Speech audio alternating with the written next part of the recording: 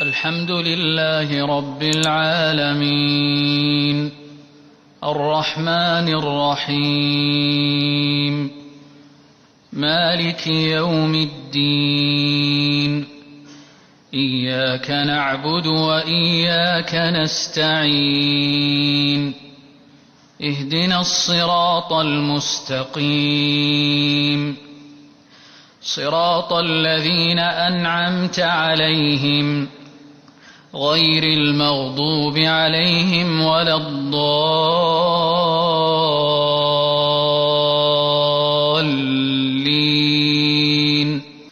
وقال الذين لا يرجون لقاءنا لولا أنزل علينا الملائكة أو نرى ربنا لقد استكبروا في أنفسهم وعتوا عتوا كبيرا يوم يرون الملائكة لا بشرى يومئذ للمجرمين ويقولون حجرا محجورا وقدمنا إلى ما عملوا من عمل فجعلناه هباء منثورا أصحاب الجنة يومئذ خير مستقرا وأحسن مقيلا ويوم تشقق السماء بالغمام ونزل الملائكة تنزيلا الملك يومئذ الحق للرحمن وكان يوما على الكافرين عسيرا ويوم يعض الظالم على يديه يقول يا ليتني اتخذت مع الرسول سبيلا يا ويلتى ليتني لم أتخذ فلانا خليلا لقد أضلني عن الذكر بعد إذ جاءني وكان الشيطان للإنسان خذولا وقال الرسول يا رب إن قوم اتخذوا هذا القرآن مهجورا وكذلك جعلنا لكل نبي عدوا من المجرمين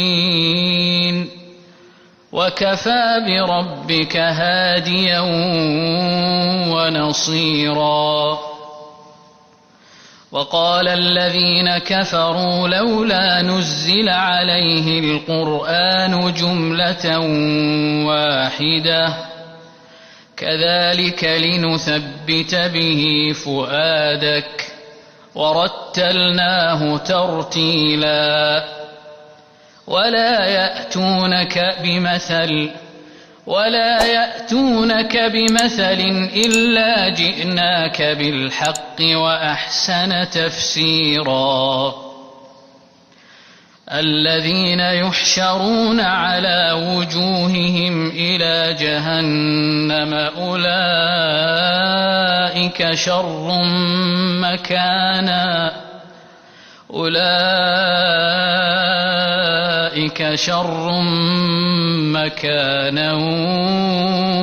وأضل سبيلا ولقد آتينا موسى الكتاب وجعلنا معه أخاه هارون وزيرا فقلنا اذهبا إلى القوم الذين كذبوا بآياتنا فدمرناهم تدميرا وقوم نوح لما كذبوا الرسل أغرقناهم وجعلناهم للناس آية وأعتدنا للظالمين عذابا أليما وعادا وثمود وأصحاب الرس وقرونا بين ذلك كثيرا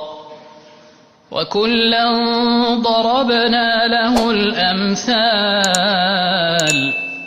وكلا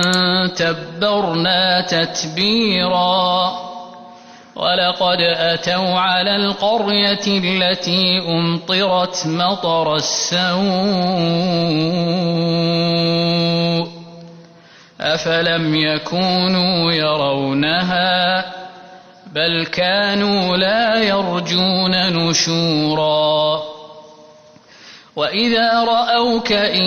يتخذونك إلا هزوا أهذا الذي بعث الله رسولا إن كاد ليضلنا عن آلهتنا لولا أن صبرنا عليها وسوف يعلمون حين يرون العذاب من أضل سبيلا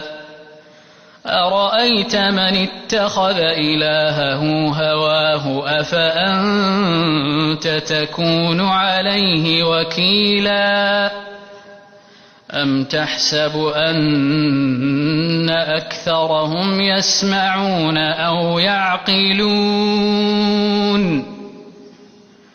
إن هم إلا كالأنعام بل هم أضل سبيلا